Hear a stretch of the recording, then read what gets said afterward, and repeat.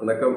இது ஸ்ரீவாரி ஜோதிட நிலையம். நம்ம ஏற்கனவே இந்த பாலகிரக தோஷத்தை பற்றி நிறையா வீடியோக்கள் கொடுத்துட்ருக்கோம். அந்த வகையில் இப்போ மகம் நட்சத்திரத்தில் ஏற்கனவே 1, 2, 3 கொடுத்துருக்கோம். இப்போ 4ஆம் பாதத்திற்கு பிறந்த சிசுவுக்கு 20 நாட்கள் வரைக்கும் அந்த நோய் பீடை என்பது இருக்கும். மக நட்சத்திரத்துக்கு பொதுவாகவே நோய் நொடியில் இருக்குது. ஏன்னா அது பிறக்கும் போதே அந்த கேதுவோட ஆதிக்கத்தில் பிறக்கும் அந்த குழந்தை.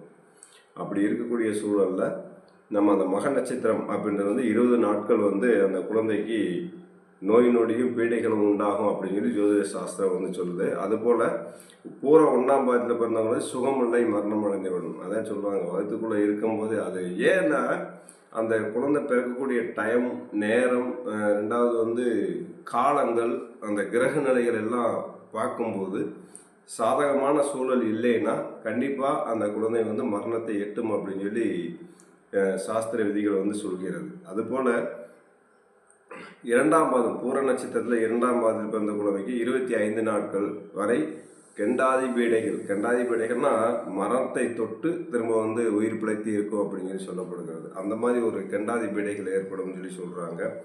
பூர 3ஆம் பாதத்தில் பிறந்த குழந்தைக்கு தோஷம் உண்டு. இப்போவே 8 நாட்கள் வரை மரணம் அடையும். அதாவது பூர நட்சத்திரம் 3ஆம் பாதத்தில் தோஷம் இருக்குது. ஆனால் 8 நாட்கள் உயிரோடு இருக்கும். திரும்ப அவங்க ஒரு மரணத்தை எட்டுவாங்க. அதுக்கு தான் சொல்லுவாங்க, பிறந்தவே போய் குறிப்பு ஜாதகத்தை குறிப்பு பார்த்துட்டு வாங்க அப்படின்னு சொல்லி சொல்கிறாங்க இல்லையா? அது போல தான் இந்த ஜோதிடமும்.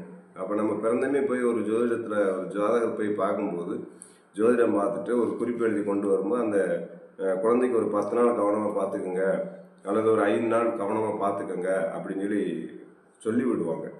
அந்த மாதிரி சொல்லக்கூடிய ஒரு காலகட்டங்கள் இருக்கும் அப்படின்னா அது நல்ல ஒரு ஜோதிடர் கண்டிப்பாக சொல்லுவார். இந்த மாதிரி இருக்கும், பாப்பா கொஞ்சம் உடம்பு சரியில்லைங்க, பிள்ளைக்கு கொஞ்சம் டைம் சரியில்லாமல் இருக்குது, பார்த்து கவனமாக வச்சுக்கோங்க அப்படின்னு சொல்லுவாங்க. அதுபோல் பூரம் 4ஆம் பாதத்தில் பிறந்ததுக்கு 29 நாட்களும், உத்திரம் 1ஆம் பாதத்தில் பிறந்ததுக்கு பிறந்த உடனேயும் அது தாய் தந்தையர், அதாவது சொல்லுவாங்க குழந்தை பிறந்துச்சுங்க, தாய் தப்பை திடீர்னு இறந்துட்டாங்க அப்படிம்பாங்க. ஒரு ஆக்சிடென்ட் ஆகலாம், ஒரு விபத்து ஏற்படலாம். இது எதுலேயும் கேட்டால் உத்திர நட்சத்திரம் 1ஆம் பாதத்தில் பிறந்த குழந்தைகளுக்கு.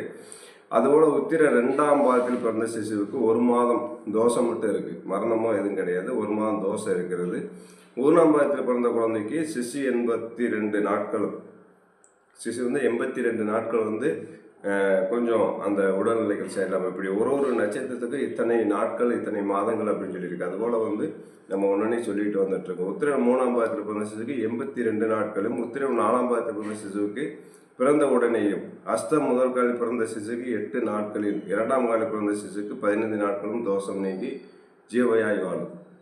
பாருங்கள், ஒரு பிறந்த குழந்தைக்கு பாலகிரக தோஷம் என்பது எத்தனை நாட்கள் எந்தெந்த நட்சத்திரத்திற்கு இருக்கிறது என்பதை நம்ம தெளிவாக ஜோதிட சாஸ்திர நூல்கள் தெளிவாக சொல்லப்பட்டிருக்கிறது. அப்போ ஒரு குழந்தை பிறந்துச்சுன்னா நம்ம நினைப்போம், என்னங்க சோமலாம் போது ஒன்றுமே தெரியல, திடீர்னு குழந்தை பிறந்துச்சு, இறந்துருச்சு, திடீர்னு அவங்க அப்பா இதாகிட்டாரு, அவங்க அம்மா இதாகிட்டாங்கன்னு சொல்லுவோம். இதெல்லாம் ஆரம்ப காலகட்டங்களில் ஆதி காலத்தில் இருக்கக்கூடிய நூல்கள்லேருந்து எடுக்கப்பட்ட விஷயத்தை தான் இப்போ நம்ம சொல்லிகிட்டு இருக்கோம்.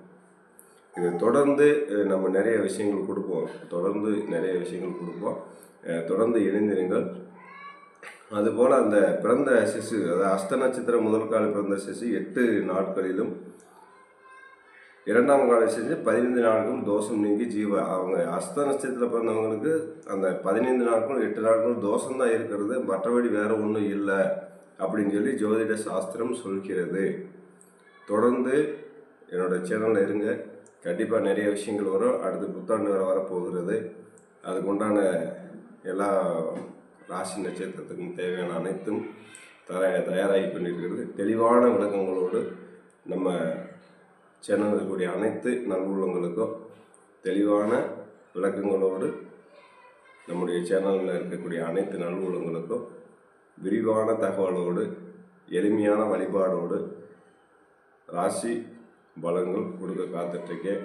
நன்றி, வணக்கம், வாழ்க வளமுடன்.